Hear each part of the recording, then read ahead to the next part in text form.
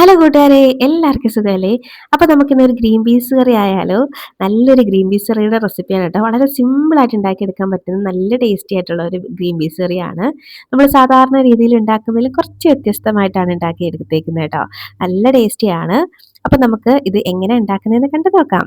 അതിനു മുന്നേ നമ്മുടെ ഈ ചാനൽ സബ്സ്ക്രൈബ് ചെയ്യാതെ ആരെങ്കിലും കാണുന്നുണ്ടെങ്കിൽ പ്ലീസ് ഒന്ന് സബ്സ്ക്രൈബ് ചെയ്ത് സപ്പോർട്ടോടെ ചെയ്തേക്കണേ. ഈ ഒരു ഗ്രീൻ പീസ് കറി ഉണ്ടല്ലോ, ചപ്പാത്തിൻ്റെ കൂടെയോ ദോശൻ്റെ കൂടെയൊക്കെ നല്ല അടിപൊളിയാണ്. പിന്നെ ചോറിൻ്റെ കൂടെയും നല്ല ടേസ്റ്റാണ് കേട്ടോ. അപ്പോൾ നമുക്ക് അധികം വാചകം അടിക്കാതെ കാര്യത്തിലേക്ക് കിടക്കാം. അപ്പോൾ ഇതെങ്ങനെ ഉണ്ടാക്കുന്നത് കണ്ടു നോക്കാവായോ? ഇത് ഉണ്ടാക്കിയെടുക്കാൻ ആദ്യം ഒരു മിക്സർ ജാറിലോട്ട് ഒരു 2 അല്ലി വെളുത്തുള്ളി ചേർക്കുന്നുണ്ട്. വെളുത്തുള്ളി വലുതായതിൻ്റെ പേരിലാണ് 2 ചേർത്തത്, അല്ലെങ്കിൽ ഒരു 4-5 എടുക്കാം കേട്ടോ. ഇനി ഒരു സവാള നമുക്കൊന്ന് വലുതായിട്ട് തന്നെ ഒന്ന് കട്ട് ചെയ്ത് ഇട്ട് കൊടുക്കാം. അതിൻ്റെ ആ മേലത്തെ ഭാഗവും കട്ട് ചെയ്ത് കളഞ്ഞിട്ട് നമുക്ക് വലുതായിട്ട് കട്ട് ചെയ്തെടുക്കാം. അരച്ചെടുക്കല്ലേ, അപ്പം നമുക്ക് ചെറുതായിട്ട് അരിയേണ്ട കാര്യമൊന്നുമില്ല.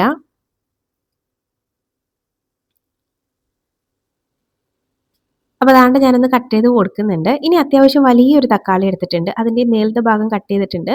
അതും വലുതായിട്ട് അരിഞ്ഞങ്ങോട്ട് ഇട്ട് കൊടുക്കാം. അപ്പോൾ തക്കാളി ചെറുതാണെങ്കിൽ 2 എടുക്കണേ.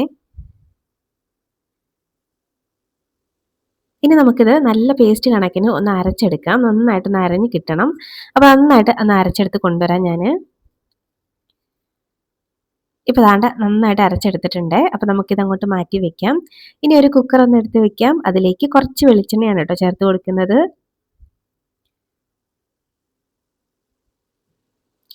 വെളിച്ചെണ്ണ ഒന്ന് ചൂടായി വരുമ്പോഴേക്കുവേ നമ്മുടെ അരച്ച് വെച്ചേക്കുന്ന സംഭവം ഉണ്ടല്ലോ, ഉള്ളിയും തക്കാളിയൊക്കെ അരച്ചെടുത്തില്ലേ, അപ്പോൾ അതങ്ങോട്ട് ചേർത്ത് കൊടുക്കാം. ഇപ്പോൾ ദാണ്ട വെളിച്ചെണ്ണ ചൂടായിട്ടുണ്ട്. അപ്പോൾ ഇതങ്ങോട്ട് ഒഴിച്ച് കൊടുക്കുന്നുണ്ട്.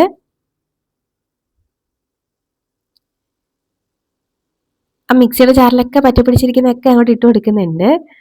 ഇനി നമുക്കിത് നന്നായിട്ടൊന്ന് വഴറ്റിയെടുക്കണം. ഇതിൻ്റെ ഒരു പച്ചമണമൊക്കെ ഒന്ന് മാറി ഒരു വെള്ളത്തിൻ്റെ അംശമൊക്കെ ഉണ്ടല്ലോ, അതൊക്കെ ഒന്ന് വറ്റി നല്ലപോലെ ഒന്ന് ഡ്രൈ ആയിട്ട് വരുന്നവരെയും ഒന്ന് വഴറ്റിയെടുക്കാം. ചെറുതായിട്ട് കളറൊക്കെ ഒന്ന് മാറും കേട്ടോ അന്നേരത്തേനും. ഇപ്പോൾ ദാണ്ട ആ വെള്ളമൊക്കെ ഒന്ന് വറ്റി നന്നായിട്ട് ആ പച്ചമണമൊക്കെ ഒന്ന് മാറി വന്നിട്ടുണ്ട്. ഇതുവരെയാണ് ആ കളറൊക്കെ ഒന്ന് മാറിയത് കണ്ടോ. അപ്പോൾ ഇതുപോലെ എത്തുമ്പോഴേക്കും ഇനി ഇതിലേക്ക് നമുക്ക് കുറച്ച് പൊടികൾ ചേർത്ത് കൊടുക്കാം. ഒരു 1/4 ടീസ്പൂൺ മഞ്ഞൾപ്പൊടിയും 1 ടീസ്പൂൺ മല്ലിപ്പൊടി ചേർത്ത് കൊടുക്കുന്നുണ്ട്. ഇനി 1 ടീസ്പൂൺ മുളക് പൊടി, കാശ്മീരി ചില്ലിയാണ് കേട്ടോ ചേർത്ത് കൊടുക്കുന്നത്. അതും ചേർത്തിട്ട് ആ പൊടികളുടെ പച്ചമണം മാറുന്നവരെയും ഒന്നങ്ങ് മിക്സ് ആക്കി കൊടുക്കാം.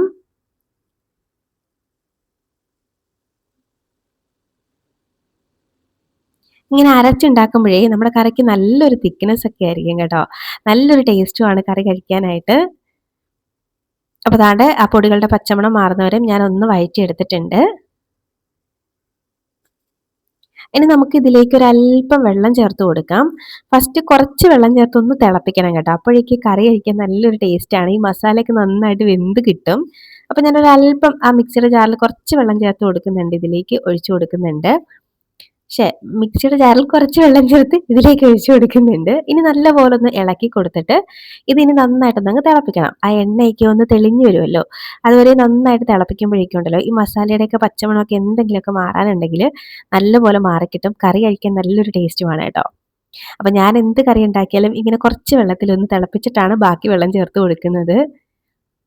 ഇപ്പോൾ ദാണ്ടൊന്ന് തിളച്ച് വരുന്നുണ്ട്. അപ്പോൾ എണ്ണയൊക്കെ ഒന്ന് തെളിഞ്ഞ് വരുന്ന ഒരു രീതിയിൽ തിളച്ച് വരുമ്പോഴേക്കും നമുക്കിനി ഇതിലേക്ക് ഗ്രീൻ പീസ് ആണ് ചേർത്ത് കൊടുക്കേണ്ടത്. ഞാനിവിടെ ഒരു 1/4 കപ്പോളം ഗ്രീൻ പീസ് എടുത്ത് തലേന്ന് രാത്രി തന്നെ വെള്ളത്തിലിട്ട് ഒന്ന് കുതിർത്തെടുത്തതാണ് കേട്ടോ. അപ്പോൾ അത് ചേർത്തിട്ട് നല്ലപോലെ മിക്സാക്കി കൊടുക്കാം.